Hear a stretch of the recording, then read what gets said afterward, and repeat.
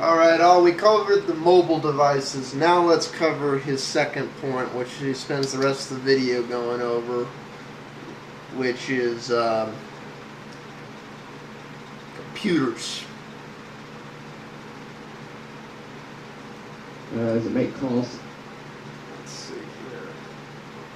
That's for a 32 gig iPhone. Great. They'll sell. They'll buy camcorders, Kindles, PDAs, movies, digital cameras, laptops, cell phones, video games. I'm trying to find a part of the video. Y'all give me a second.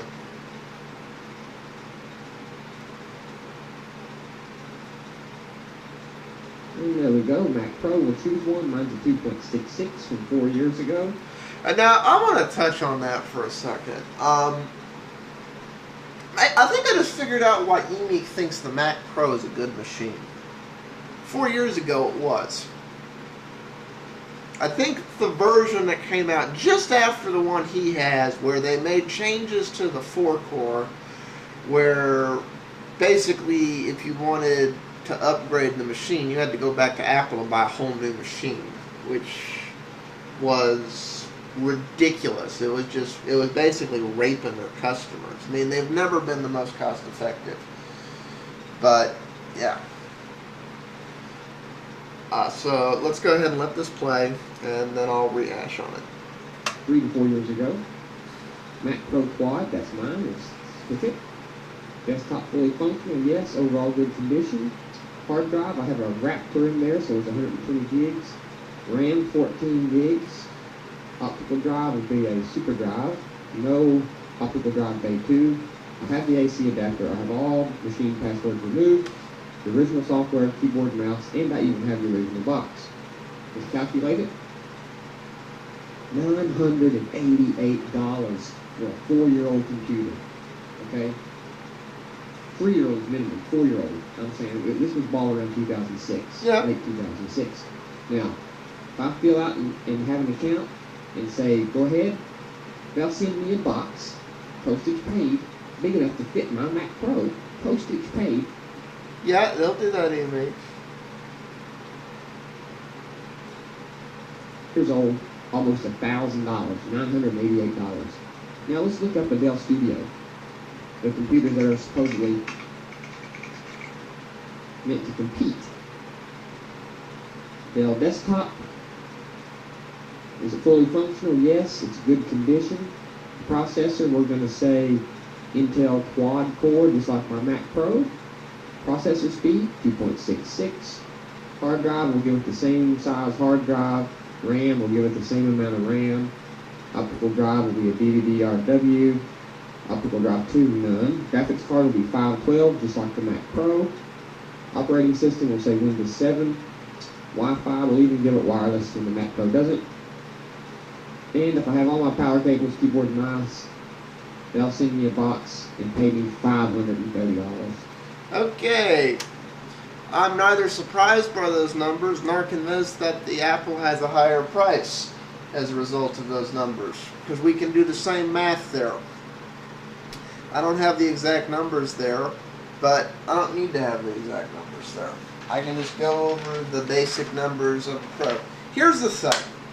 On average, 2 to 4 years out, here is the difference in value between an Apple computer and a non-Apple computer, with the exception of a few brands, but most computers, Dell's, a custom built's going to be worth about 40 cents on the dollar compared to an Apple, and a recognized brand in a somewhat comparable comparison is going to be 50 to 60 cents on the dollar. Now, even at the rate of 50 cents on the dollar, you know, we're not going to take customs into this because that's a whole other can of worms. Just, you know, like he's doing, true comparison, brand to brand. As long as the initial price you bought that computer at is around 90% of the initial price of the comparable Mac over a 4-year depreciation, which means you're assuming you're going to hold on to that computer for 4 years, the cost of ownership of the non-Apple computer is still slightly less. On an average, even today, even with Apple drastically getting closer in margins, as you know, PCs went up in price, Apple didn't quite go up as much. On average, the difference in price between a non-Apple personal computer and an Apple personal computer, the non-Apple computer is priced between 60 and 90 cents on the dollar, which means they're all in that range. Every single damn one of them. For a like-to-like computer.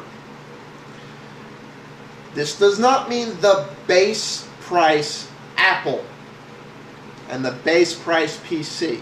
This means like-to-like. More often than not, on the Apple, you have to give Apple more money for something that was included over here. There are a few machines that's not the case, but you know, the example is with the Mac Minis, with the Mac Pro, and it's not with the iMac, but like I said, I'm saying like-to-like system. I will admit there isn't a good like-to-like comparison for the iMac unless it's a custom built. So for all the machines you can do like-to-like. It's just sort of the laptops like-to-like, and with the laptops it's really hard to do too, because almost every laptop that isn't a netbook on the market has a better graphics card. So, you know, that's hard to do. So it's real hard to do these like-to-like comparisons. But on the cases where you can do these like-to-like comparisons, that's the way it works out. So even though the Apple tax isn't that high, you're literally being pinched here. And on the average, your cost of ownership, when you take into account the higher resale price weighed against the higher purchase price, and you know the cost to own that machine for time. In other words, if you were to pay every day for the amount of time you hold on to that machine and divide it out, on average, a Mac is anywhere from 30 to 100% more, especially on their high-end systems. It's a little less on their mid-grade systems. So it's equally as high on their low-end systems. So I've explained this at least 3 times now, Emeek, which means you're either deliberately not getting it because you don't want to, you just want to pretend that Macs don't cost more and they don't have a higher cost of ownership and they're in the Mac tax and they don't have little things like you have to keep giving them money over and over and over again to keep using the product that you don't have to do with anyone else's product.